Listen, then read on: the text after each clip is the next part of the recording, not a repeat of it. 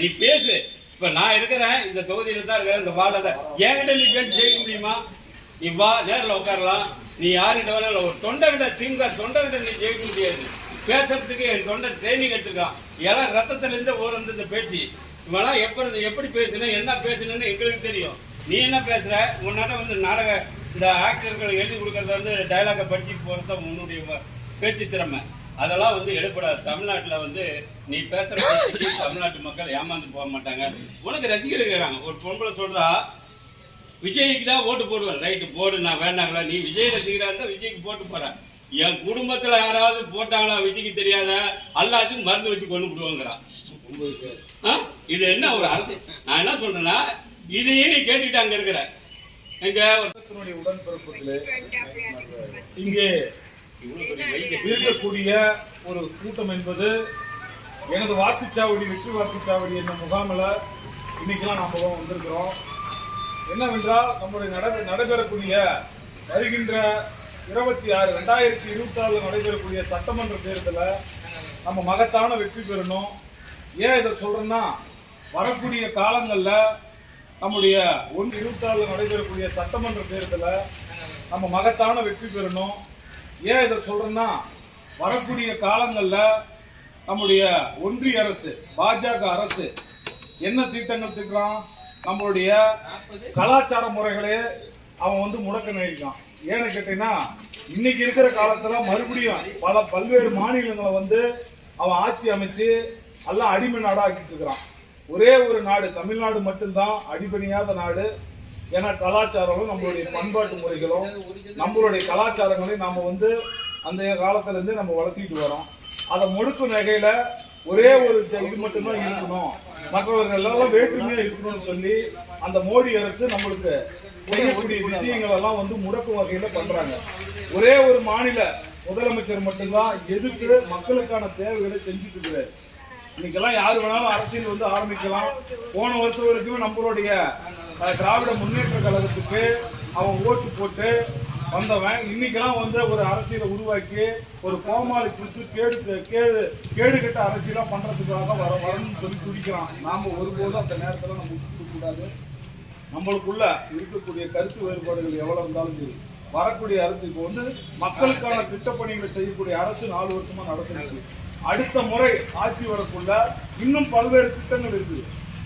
இன்னைக்கெல்லாம் வந்து முடக்கு வகையில மோடி அரசு பண்ணுது. மோடி அரசு தமிழ்நாட்டுக்குள்ளார கால் பதிக்க முடியாது. அதுக்கு இங்க இருக்கிறவங்கள நம்ம கண்ணவே வச்சு குத்து வகையில ஒரு அரசியலை உருவாக்கி அவங்கள வந்து நம்மளுக்கு இன்னைக்கு அரசியல மோன்பே தெரியாதவனா வந்து இன்னைக்கு அரசியலை பத்தி பேசி நம்முடைய முதலமைச்சர் அவர்களை தரைக்குறவா பேசிக்கிட்டு மக்களை தரைக்குறவா பேசிக்கிட்டு திசை திருப்புறோம். அதுக்கு அனுப்பி விடுறது யாருன்னா RSS அவங்களோட துணையோட மோடி அரசு பண்ணுது. நாம ஒருபோதும் நம்மளுக்கு செய்யக்குள்ள மோடி அரசு என்ன பண்றான், இந்த திட்ட பணிகள்லாம் அவங்களுக்கு கொடுக்கக்கூடிய நிதிகள்லாம் நம்ம கொடுத்துட்டோம்னா இவங்க மக்களுக்கான பணிகள் எல்லாம் செஞ்சிருவாங்க. நல்ல பேர் எடுத்துட்டு இவங்களே தான் ஆட்சிக்கு வருவாங்க. நாம முதல்ல உட்காரணும்னா இவங்களுக்கு வரக்கூடிய அந்த திட்டங்களையும் அந்த நம்மளுக்கு வரக்கூடிய நிதிகளையும் முடக்கணும்னா இவங்களால செய்ய முடியாது மக்களுக்கு. அப்ப மக்கள் மத்தியில கெட்ட பேர் உண்டாக்கணுங்கிற வகையில அவன் பண்ணிட்டு இருக்கிறான். ஒருபோதும் நடக்காது. ஏன்னா இந்த மாலை பொழுதுல இந்த மாதிரி கூட்டத்தில் நம்மளாம் கலந்துருக்கிறது பெருமையா இருக்குது. மீண்டும் வந்து நம்மளுடைய முதலமைச்சர் அவர்களை முத்துவேல் கருணாநிதி அவர்களை நம்ம ஜெயிக்க வச்சு நம்மளுக்கான திட்டப்பணிகளை அவர்கிட்ட சொல்லி நம்மளுக்கு மேல இருக்கிற தலைவர்களுக்கு சொல்லி நாம இங்க நம்ம பகுதியில் இருக்கிற சொந்த பந்தம் தாய் ஆமா நம்ம எங்களுடைய ஆட்சியில எங்க பகுதிக்கு உண்டான பகுதிகளை யார் என்ன சொன்னாலும் அந்த பணிகளை உடனுக்குடனே செஞ்சிருக்கிறோம். உங்களுக்கு எல்லாம் தெரியும். கைவிட்டுடாதீங்க. நம்மளுடைய தமிழ்நாட்டை நாம தான் காக்கணும், வேற யாரும் கிடையாது. என்னுடைய பதிவை நான் தான் முன்னிறுத்தணும். ரெண்டாவது, என்னுடைய பதிவை நான் பண்ணாதான் நான் அடையாளம் காட்டுவேன். வரக்கூடிய காலங்கள்ல நம்மளுக்கு ஏதோ ஒரு சில பேர்த்துக்கு பதவிகள் குறைபாடா கூட இருக்கலாம், பதவிகள் வழங்காத கூட இருக்கலாம். அதை நமக்குள்ள நம்ம பகிர்ந்துக்கலாம். அடுத்த ஒரு முறையை வரக்கூடிய திட்டங்களுக்கு கழகத்தினுடைய உடன்பிறப்புகளுக்காகவே திட்டங்கள் முதலமைச்சர் சொல்லியிருக்கிறாரு. மக்களுக்கு என்னென்ன சலுகைகள்லாம் பெண்டிங் இருக்குதோ அதை பூரா செஞ்சு கொடுக்கணும்னு சொல்லி நீங்க துணிச்சலோட செயல்படுங்க. நாம தான் வெற்றி பெறுமோ.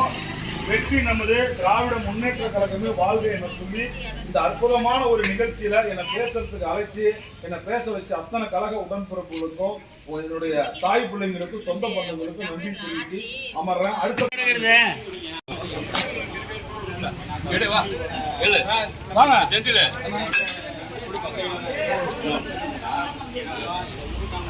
வாழ்க திராவிட முன்னேற்ற கழகம் பெருவாரியான வாக்கு வித்தியாசம் நான் காமிக்கிறேன்.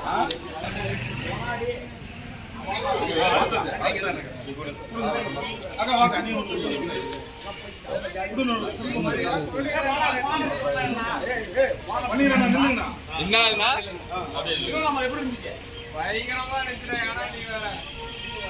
ஆமா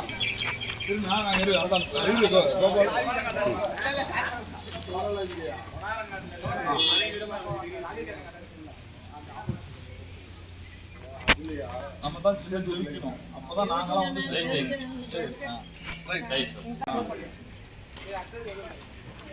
அங்க கூட அங்க வீட்டுக்கு கூட போய் எடுத்துக்கலாம்.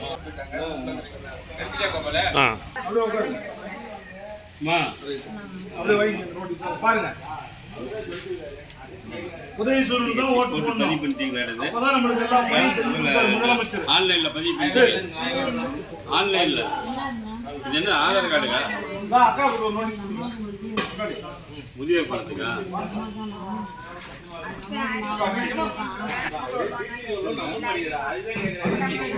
நீங்க எவ்வளவு வாங்க சஞ்சய் வாங்கலையா தெரியும் ஏன் ஒரு நாள் வாங்காத இருக்கிறீங்க இல்ல இல்ல இந்த அம்மாவுக்கு வாங்கி கொடுக்கணுங்களா அவர்கிட்ட